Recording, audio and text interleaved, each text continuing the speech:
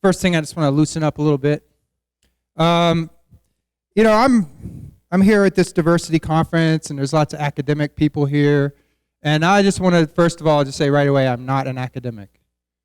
So if I say something wrong, I apologize ahead of time. I'm an artist, and I'm here to provoke and to ask you to ask questions of yourself and the people around you. I'm not here necessarily to give to you sort of my ideology.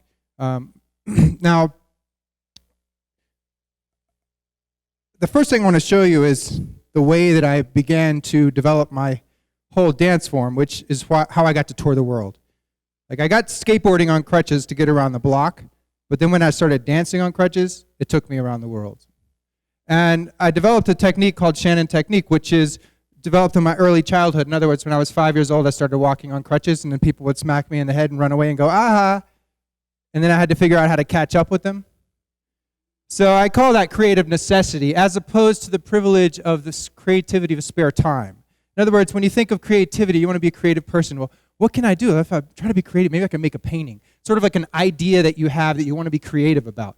Creative necessity is a survival technique. In other words, when you're in a challenging situation in your peer, in your community, wherever you are, and you're immediately faced with some obstacle that you have to overcome, you have to deal with, you have to come up with creative solutions in the moment for yourself.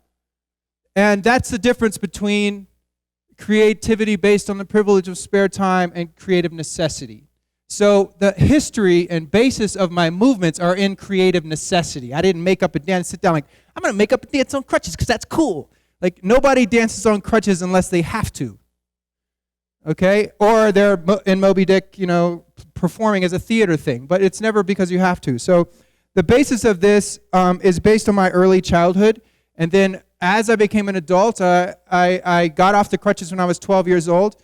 And I started to skateboard and breakdance. I was born in 1970, so I was 14 in 1984.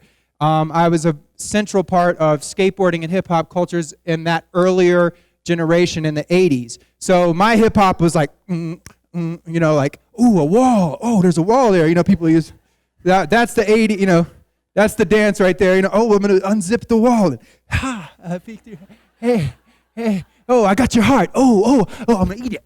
Oh, it's going to go down my stomach. Oh, it's going to come out. And I'm going to throw it on the floor and stomp on it because I rule. B-Boy, 1984. Now, all that, sort of bravado, B-boying stuff, I got to be known as Crutch Master. And I don't really use that as an artist. My name is Bill Shannon. But in those battle contexts, they were like, okay, Wild Supreme versus Bill Shannon. And I'd be like, man, I got to come up with a name. I can't just be like Bill Shannon. I got to do something. So I became Crutch Master. And I just started doing moves, where I'd be like a kick out. Ooh, what? Okay? And so I just kind of, and I didn't actually make it up for myself. I was just like Crutch, and then people were like, nah, you're the Crutch Master. I was like, all right, Crutch Master, that works. So I started battling. And, as I got older, I stopped getting into those competitive situations, and it started to evolve as a nuanced art form. So the first position I want to show you is a very basic position. It's called in the saddle, okay? So it just looks like this. And basically what it means is this is the saddle of the crutch. This is the high bar. This is the low bar. This is the handle. And this is the rocker bottom tip. Now, I have a whole evolution of crutch design. I'm not going to dig into that right now. But these are basically rocker bottom crutches, which are much stronger. They're also modified from their original version to withstand horizontal centrifugal force from braking and skateboarding movements on them. So again, in the saddle, I'm going to do what's called a high bar thread, which just means I'm going to go to the front inside high bar with my hand, and I'm going to put it through like this. Okay, so that's a high bar thread. So now I'm in a saddle high mid split. Okay, so now why did I have all this language? Like, for the longest time, I just did it, so I didn't have a name for anything. I was just like, I'm going to do one of these, I'm going to do one of these, I'm going to drop down to here, I'm going to go like that, come over here, go like that, ba ba ba ba ba ba ba ba ba ba ba ba ba ba ba ba ba ba.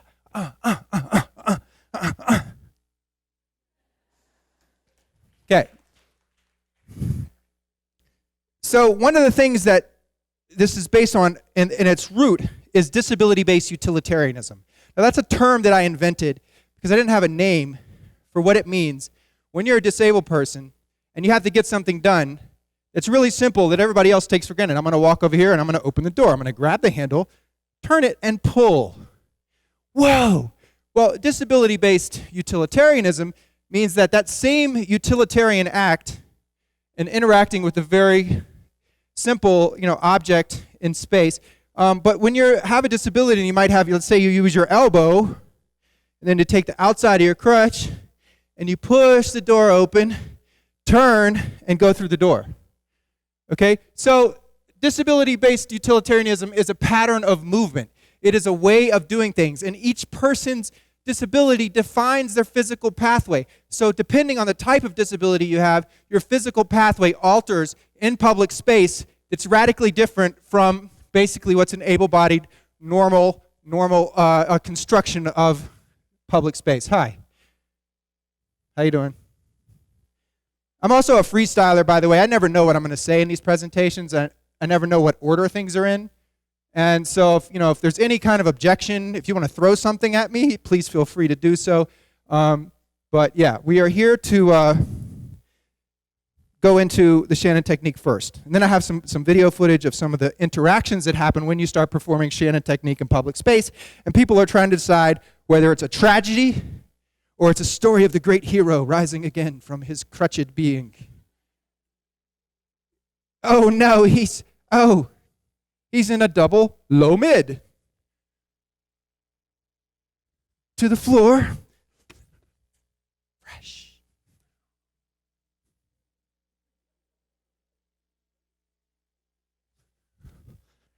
So, in the saddle, high bar thread. High bar thread with boogaloo style is very different. In other words, a high bar thread based on disability utilitarianism looks like this. You're here, you put your hand through, and you turn it. Okay?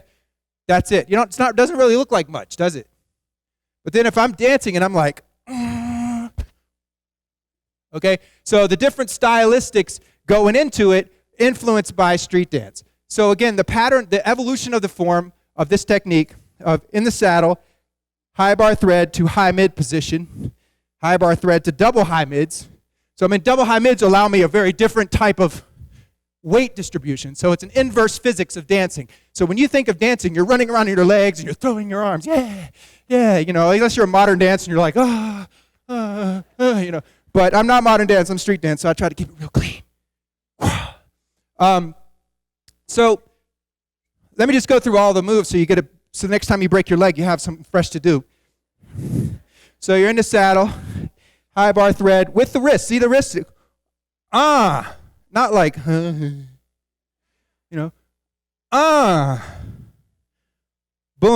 over here. Then I'm distributing my weight to this right arm. Then I'm doing another high bar thread. And now I'm in double high mids. But I'm on double high mids, and my crutch is on the outside. So it's double high mids on the outside. Then I go to double high mids on the inside. Crutches are on the inside, legs are on the outside. So it's a four-legged pattern. Like I can walk, but I can't walk a long way. So I'm kind of in between. People think, if you need crutches, you can't walk. And if you can't walk, you absolutely have to have crutches.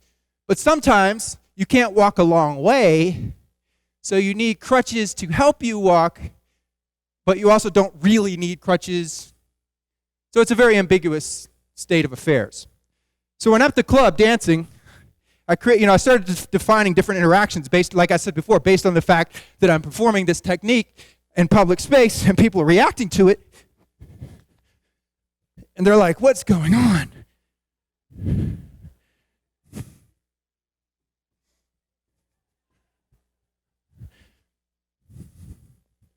Skateboarding references.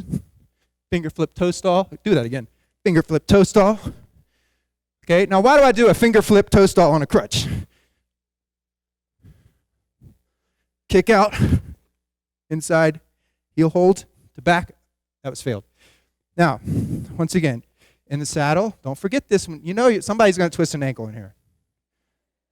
Okay, when you twist an ankle and you're at the club, you're like, oosh, oosh, oosh. I wish my ankle wasn't twisted. Okay, you still got this. High bar thread. High mids on the outside, going to high mids on the inside. high mid spin, 2 low mid, high mid split, double low mids to the floor.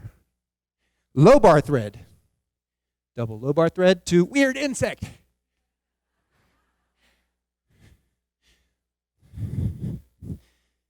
Y'all doing all right? Cool.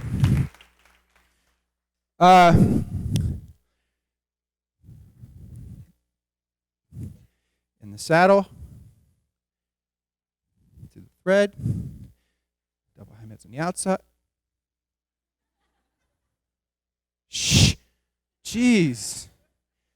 People are noisy. I thought this was an academic conference. People had to make noise and stuff. I got distracted.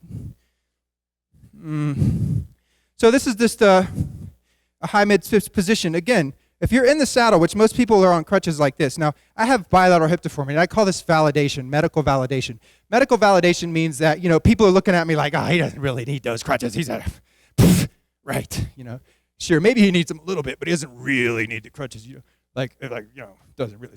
So what I'm doing right now is I'm weight sharing between 4 points.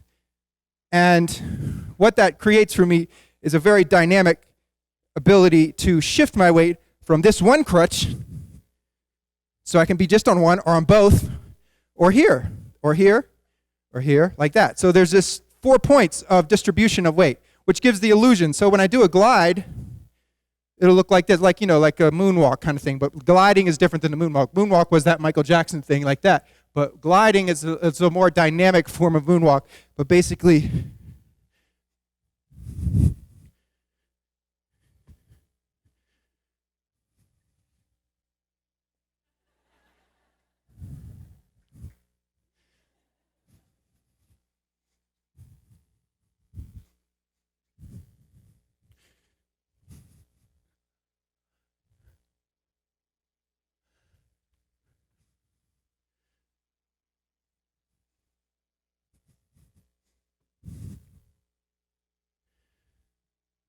and that's basically the Shannon technique in a nutshell. Thank you. Now, I remember before when I was talking about how I had to catch up with people. Like when I was a little kid, people would be like, I hit the dude with the crutches and run away. And I had to come up with a way, creative necessity. So gliding is actually running. When I was a little kid, I had to learn how to catch up with people, not just for people hitting me, just to keep up with my peers, period. And so, at first they teach you how to walk on crutches, and it's like 2 crutches, 1 foot, 2 crutches, 1 foot. That's how you're going to be taught to walk on crutches, okay? Don't do that. It's not cool. It doesn't look good. You want to try to stay fresh. In the 2015, you got to go left, right, left, right. So it's like this: left, right, left, right, okay? Now you're putting a little more weight in each arm, so you probably want to work it a little bit. Go to the gym, do some reps. But basically what it does is it allows continuous cascading flow. So I go left, right, left, right, left, right. Now that's basically running. In other words, it was based on you hit me, I'm gonna get you. And people were like, I had a water out here, I don't know where it went. Oh, there it is.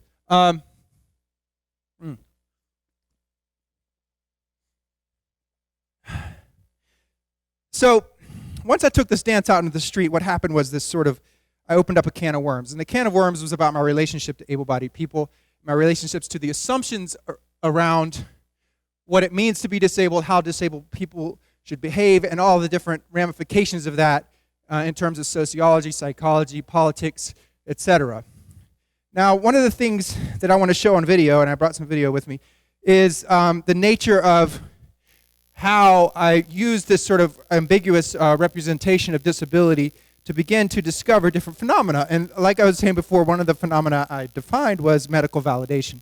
Medical validation is me telling you exactly what my disability is, so you feel like, okay, well, now you can actually listen to what I'm saying because you know I'm really disabled as opposed to maybe not. And that may be not happening in this audience so much because it's already set up like it's a diversity conference, so you know you're not going to have some guy here talking about disability who isn't actually disabled. It's a big faker thing.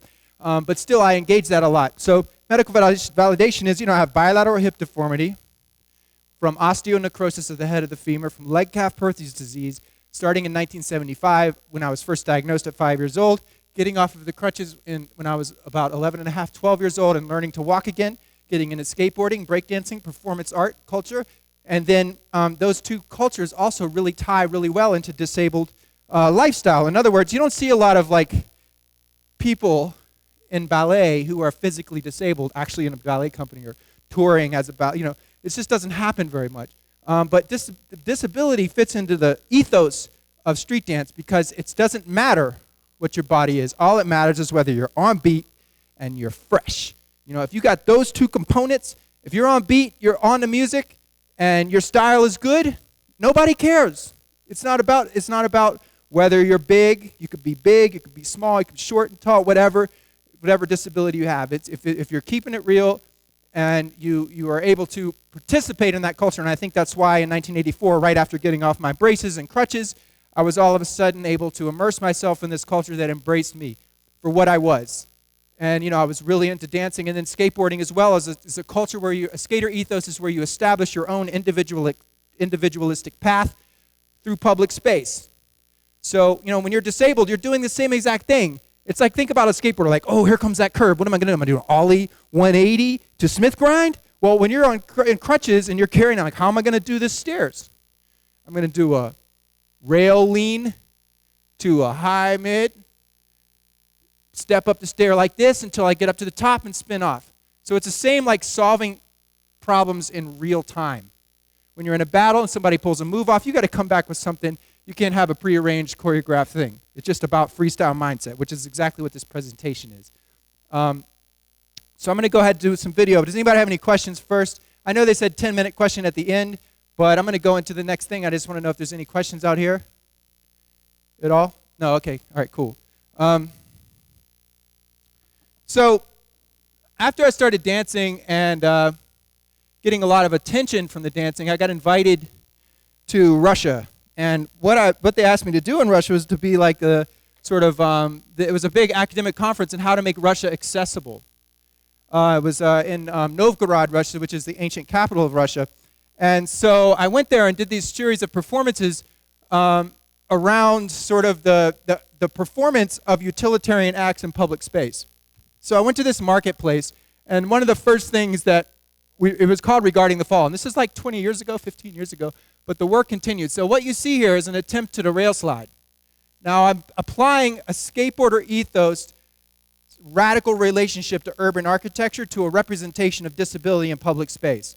So I'm basically turning my crutches and my whole physicality of dancing and paralleling the skateboarding world by doing these maneuvers that basically interact with the obstacles that are inherent in moving around in public space and sort of dealing with the reaction to that. So just to see a successful version of this move, and usually I have these all together, but because of the resolution of the screen, I'm only able to do.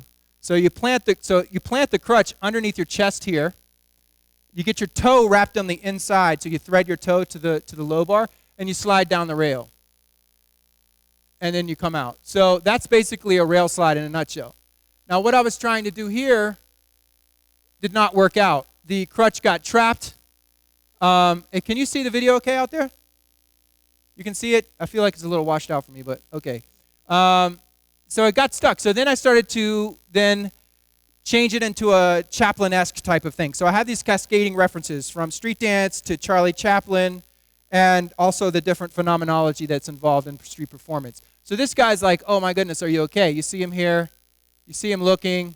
He's like, whoa. So he's coming up the stairs. I go for the rail slide. And he's like, whoa. Right? So he has this moment of, oh no, like he's going to die. And then after that, he's like, wait a second. He looks like he's having too much fun, and he just keeps going. Okay, so that's that moment of ambiguity. In other words, he's by my act, he is forced to decide exactly how he's going to identify me. Is he going to identify me as someone who needs help, or as someone who is doing this performative reenactment of skateboarding on crutches in public space? So obviously, people are like, oh, of course, Bill, people are going to freak out because you're throwing yourself downstairs on crutches. Like everybody's going to react to that like, oh no. So I was like, okay, fine, you're right. I shouldn't be doing skateboarding-related tricks on crutches in public space as a measure of people's projected narrative onto me. So I said, I'm going to pick up a bottle. So I said, this is a very simple utilitarian task. I'm going to pick up a bottle. Wait, hold on. This has got to get out of the way. I'm going to pick up a bottle. And so right here is the bottle down here. And it's in front of a Russian marketplace because there's a high incidence of babushkas. Now, if you know the political history of Russia, a babushka is a grandmother, and she carried Russia on her back. I mean, World War II, there were many, many disabled young men in Russia who were on crutches who were disabled. So there's this existing history in all the different geographies that I perform in, from Italy to Mexico to Cairo, Japan, et cetera, et cetera. And each culture has their own way of engaging representations of disability around their history, their geopolitics, et cetera. So in Russia, there's a strong sort of sense of responsibility around this sort of notion of the fallen soldier on crutches, and you see the babushka here looking down at the bottle. So she's walking, and then she stops in her path, and she stares at my utilitarian goal. So her focus is completely on, will he get the bottle? Bum, bum, bum, bum, bum, bum, bum, bum, bum, bum. So up until that moment, she's not really noticed. She's leaving the marketplace, and then she realizes that I have a utilitarian task to complete. Now, it's a good example of how when you represent a disability in public space, there's often an undue focus on your actions. Now, a lot of people experience this for a lot of different reasons, whether it's gender, et cetera, whatever, race, et cetera, whatever identity you're dealing with. Oftentimes, even a woman, gets attention because she's a woman and she decides to, I don't know, perform some kind of task in space, like maybe she has a jackhammer or something. People are like, oh my God, a woman's not supposed to have a jackhammer, and like they'll stare at this person. So that kind of like falling out of the range of stereotypes or triggering stereotypes in other people where they have a narrative in you that doesn't actually exist. So I don't have a struggle narrative to pick up a bottle. I can pick up a bottle. You see me, I'm in high mid. I'm going down to low mid to pick up the bottle. But her projected narrative is very different. It's very intense. So you see her staring. Now watch the purse area as I reach the height of the conflict of lifting the bottle. And you see this investment. Get it. So it's literally a psychosomatic physical feeling. In other words, it's not like I'm thinking this. It's like I'm literally having a physical reaction. People have physical reactions to representations of disability. Disability is in the landscape of the body. It's the one thing that you can't get away from. You can't escape this sense of, in public, whenever you are trying to perform any disability-based utilitarian task, that the actual physical pathways of your task completion do not reflect the able-bodied pathways of task completion. Then you become an exotified representation of the most simplest thing, from opening door to changing. Let's say you're trying to change your shoes in public or whatever it is you're trying to do. You become a focal point. So again, just real time here. Will he get the bottle? Boom, boom, boom, boom. Get it.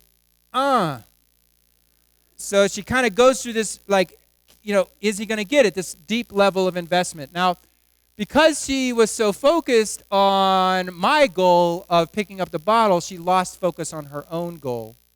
And so you see here, which I call fate of distraction, which happens oftentimes when I'm skateboarding on crutches and somebody's like watching me in their car and they like swerve off the road. Or they're like, what the heck? And they like forget where they are. I call it fate of distraction because it happens enough. But here she starts to like walk down the stairs and it's like, whoa. And I continue in my disability-based utilitarianism of when you're on crutches and you have to carry a bottle and it doesn't fit in your pocket, you use your teeth. A lot of disabled people use their teeth to carry things. So this is something I did as a kid all the time. I'd be running around with something in my mouth. I'd be like, get that out of your mouth before you fall on your face and crack your head. But this is something that all of these movements have a long personal history, and they also represent something larger than me. And so the performances become about telling that story. Not telling that story to you verbally, telling that story physically. So it's like, oh no, and you see me turn really quickly, like, whoa, like I'm about to like go down with her. Like literally, I'm ready to just jump over. So I'm watching her go down, and then she has this moment of reckoning, really. She turns and looks at me like, wow, what was that? What happened? Now, this is, again, I was not trying to, spin down the stairs and look like I was in trouble. Wasn't trying to create that. And I continue. Here's a how to put down a bottle without bending over when you're on crutches in the saddle position. You transfer to the knee. You slide down the calf. You catch with your heel, and boom. So, that's from being on crutches for 20 years. That's from a really long history of refining these pathways. So I call this next interaction peripheral fluctuation. In other words, in your straight-ahead view, everything is normal, but on your periphery, everything is fluctuating. Now, why is it fluctuating? Because people want to stare at you, but they think it's rude to stare at you, so they only stare at you when you can no longer see them. So here he's looking, and then I look over at him, boom. I wasn't looking. I really, really, really, really, really want to stare at you. Oh, I'm not looking. So then, I look again. So I look over, then I look away, and then boom, he comes back. Boom. Just barely caught that. But you see, he comes back. So there's that feeling of like you're being watched. And this, I started to identify this when I was literally 7 years old. Because when I was 7, I'd have like the brace too. I had a brace that was attached to my leg to keep the pressure off the hip because the hip couldn't take any pressure because it would get crushed. And I did crush them to some extent, but not completely, so which is why you have this four-legged situation. But as a kid, I'd be walking like squeak, squeak, squeak, and it squeaked. I hated that, but it squeaked. And then when I would walk past someone, I'd be reading the paper. Like let's say we're walking past a bench and there's somebody waiting on the bus reading a paper. I'd be like squeak, and I'd walk past them, and then I'd be like, huh. And I'd turn around and they'd be like, they'd look away from their paper, like staring at me up and down from behind, like what the, and then so I realized a long time ago that people were lying to me. Like when I was like this tall, I was the littlest kid. I'm like, everybody's full of shit. What happened? Why are these adults, and then it was really complicated because the psychology of Perthes disease, and Perthes disease is osteonecrosis of the head of the femur, where you're not getting full circulation to the head of the femur, which is a ball. So, the femur is that upper bone here, and the head of the femur is the ball that goes into the socket. So it's supposed to roll really clean. It's supposed to be a smooth ball, and it's supposed to, so what happens with that is that the bone doesn't solidify like the rest of your bones. So as you go through puberty, your bones start to get harder and harder, but with Perthes, that head of the femur doesn't get hard, so it starts to get flattened a little bit. And now it's not like, it's flattened a little bit. It's more like you can't even tell it's happening because it's so slow. It's just slowly pushing and misshaping the head of the femur. And so what happened was, as a kid, this doctor comes up and is like, you cannot walk on your legs. And then your parents are like, don't you walk on your legs. And then it's, okay, go to sleep. Go to bed. So it'd be nighttime, and I'd be like, I can't walk on my legs. And then I'd wait till they were all asleep, and I'd put the covers to the side, and I'd get up, and I'd stand up. I'd be like, this is totally working for me. Like, what's the problem? Like, I can walk on my legs. Like, it doesn't hurt right now to walk on my leg. I mean, it did hurt sometimes when it would get inflamed too much, but if I'm just sitting there and I just want to try it a little bit, it was like a mental game. In other words, the adults in my life were all telling me you can't walk on your legs, but the reality of me when I walked on my legs was it wasn't like stabbing me in the leg. So it was like this really mental thing where I had to believe all the adults, even though my real experience in my heart was completely different from what I was being told.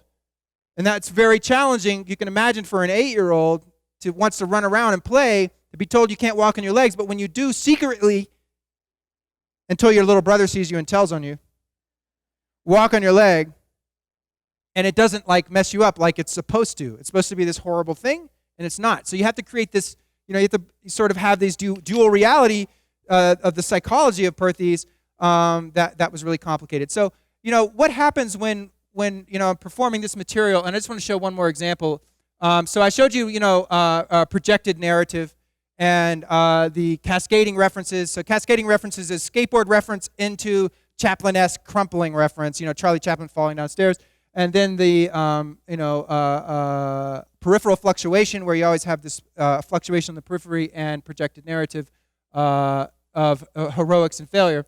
So the other element of this performance, and there was a lot of performances, this is basically real help versus gesture of help. So people want to help you. People want to help, and so they will come up to you and literally engage you. So I'm doing a no-footer. Let me just show you what a no-footer looks like so you have a reference for the actual movement. This movement here where I go down the stairs with no feet touching the stairs. So you see how I'm going down the stairs there with no feet. Now that's what I was doing, but I do it up the stairs too. It's harder to see, but there it is, a no-footer down the stairs.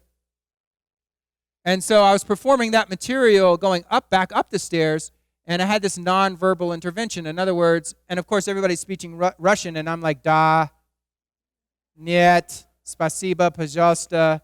I know like about 6 Russian words. So she comes up, and again, this is about the dynamic. Like, there were guys that helped me too, but in Russia, again, the babushka engagement of a guy on crutches is really intense. So the gesture of help is the notion that I share your humanity with you. Like, she can't really help me up the stairs. Like, she's not going to throw me over her shoulder and walk me up the stairs, right? But at the same time, she wants me to know that she's there for me. And so there's this really intense moment of empathy and, the whole culture around that empathy. So I started to, in my normal life when I'm going up the stairs and, someone performs a gesture of help on me, which basically is like, I just want you to know that I'm here for you, but I can't really help you. I'm like, oh, thank you very much, but, I'm okay. I can do this. I don't really need your gesture of help. I appreciate it, but let me just go up without your help. Because your help becomes an obstacle of help, which is what we're going to see now. So because of the karmic sort of weirdness around like being on crutches and performing radical relationships to urban architecture and then having babushkas react to you like you're in trouble and come up and have a nonverbal intervention in order to express a gesture of help of our shared humanity. Did that make sense? So what I started to create was a reflection of help. In other words, as she helps me, I reflect back to her, so I'm helping her help me with her expression of gesture of help. So you can see the pattern, and I'm not an academic, I'm a performance artist.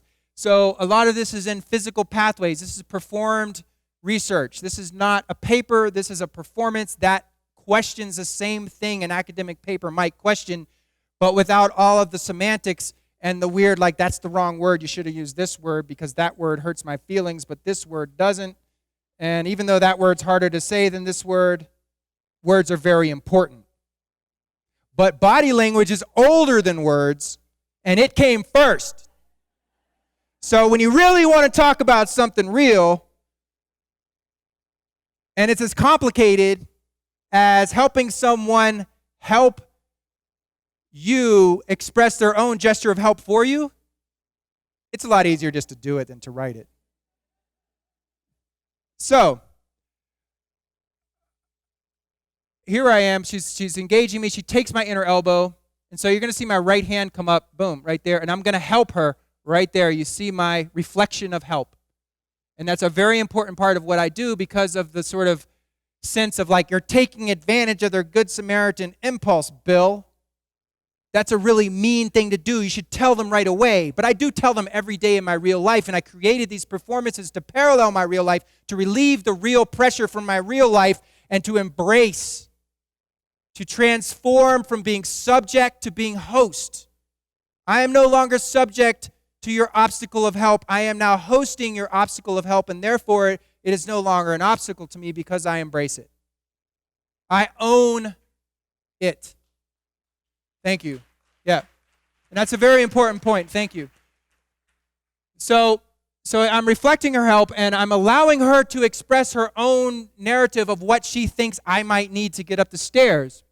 And so, we have this moment of embrace. You can see just barely here. It's really hard to see this video, but right here, you can see my hand come around, and we basically have this moment of embrace. And it's because in my real life, again, there's all this like notion of like, no thank you, it's okay, because of it's ambiguous. Most people who are on crutches have only been on them for 2 weeks or something, and they're like, people have a really hard time. They feel very vulnerable, and so it's not like I fault someone for coming up and grabbing my elbow out of nowhere to help me. I don't fault them for that. But again, I have to keep saying, like, oh, it's cool. No, thank you. All right, we're good. Thank you. Cool. I'm going to get up these stairs, like, boom, boom, boom, boom, boom. That has a weight to it. It's the weight of empathy. In other words, empathy is very important. It's a critical part of the way that we as humans survive with one another. And so there's this notion of, like, when someone expresses empathy, you're supposed to, like, you're not supposed to reject it. You're supposed to accept it. But at some point, I found myself, rejecting this expressions of empathy. And so it's such an emotional release for me to allow her into my pathway to that level. Like, in other words, it's this intimate engagement all of a sudden that I never had. I turned it off. And so this whole performance series became like this opening for me of a channel, of a way to relieve all of this sort of nature of the pressure of these interactions that I was having previously. So when I did that, I literally embraced her because I love her, because I love the way that humans are capable of expressing this. In this time, too, with all of this, like, it's not cool to care anymore. It's just not cool. Oh, you care about them. You're not cool. So I hugged her because I was so grateful. I was grateful not only for her help, but also for my ability to let go and just be there with her. So there's a still moment, and I kind of just made this moment, and it's almost like a dance. Like, my arm is around, and we're here like this on the stairs, just standing there like a frozen statue. And I didn't plan that. That's just what she did. So normally, when I go up the stairs, I go straight up the stairs, but there was this tiny sliver of a puddle, so she decides we're going to go sideways on the stairs. And I'm like, all right, I'll go sideways on the stairs with you. Now, you also see that there's this inner elbow grab here. Now, the whole thing about the inner elbow, now, as like I said before, like, words are one thing and your body's something else entirely. And so when someone touches you on the inner elbow, I mean, that is like it's both something really intimate. You can touch somebody, but at the same time, you can do it to somebody who's a perfect stranger, and it's okay. There's really not a whole lot of other places on a body that you can walk up to somebody and be like, here. And they won't be like, why are you touching me in that sensitive place? But the inner elbow is it. Like when we walk someone down the aisle for a ceremony. Where do you hold? Here. When you're helping your grandmother, where do you hold her? Right there. And so she's holding my inner elbow because of this gesture of help, because of our shared humanity, because she wants to see the Russian youth succeed, because she has that history. That history exists in Russia very strongly. I mean, it's everywhere, but this is a very strong component of Russian history. And so while she's holding my inner elbow, she's also pushing on the front high bar. So I'm here, she's holding here, but when she's doing that, she's pushing that crutch literally out from under my arm like that. So I'm like squeezing here in an armpit hold so that I can allow her to hold my inner elbow longer as we go sideways on the stairs. That's how much I love her. So this obstacle of help taken to this degree, where she takes me along, and then finally I'm like, what's going on? Why are we going sideways? And then so I said, we're going to start going up. So then again, gesture of help. I'm going to take her in my hands, and she's going to help me, and we're going to go up the stairs together here. And it's just, that's the kind of poetry and realness in the street that's something very valuable to me, even though, most people in the world might know me as crutch master, b-boy extraordinaire, Cirque du Soleil, etc. And let's take away this screen, because, I have a lot of other video. Actually, let me just show you really quickly. I'm just going to do a burn through the video so we can get to performance. And how much time do I have left? How much? No time left? That's it? Okay, all right. Do we have time for Q&A? Or do we burn that too? Okay, well, I was going to do this move. I'll just do it really quickly. That's a spinning cross lean. Okay? So then I go from a spinning cross lean, like that, drop, thread through, like that. And then the most difficult move, this is the last one. I'm going to give one more minute. I'm stealing time here. I'm sorry. Is a sweeper kick out, cross up heel hold, no-handed rotation. So it looks like this. This is sweepers, like that. So you sweep the crutch across the floor, sweep, sweep, right? And then a sweeper kick out looks like this. Sweep, kick. So then sweep, kick out, cross up heel hold is sweep, kick, cross up heel hold. Take your hands off and rotate. Okay? Now that's not the actual move. I'm gonna try it now, but I rarely land it. So if there's any doctors, just come forward to the first row in case I fall. All right, here we go. Sweeper, kick out, cross up heel hold, no-handed rotation. Y'all ready? One more. Y'all ready? Come on. All right.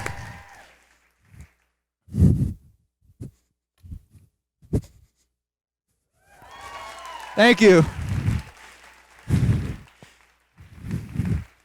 That's it. I had so much more to show you. It's just flares, just one flare.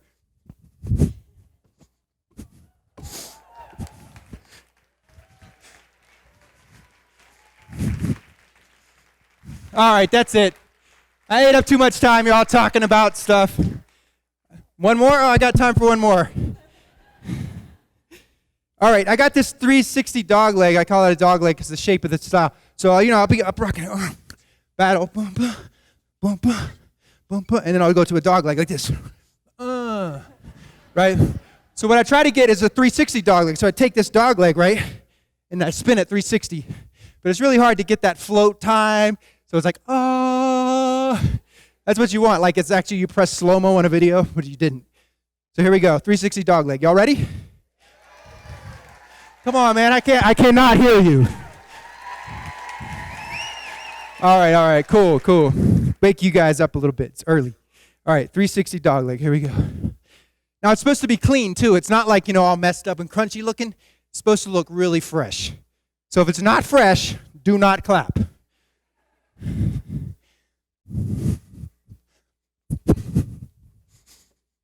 Nope. It's too crunched up. It's got to be open. It's got to be like this, like arm out. See that? That was a good hang time. But the hard part is spinning it. Here we go.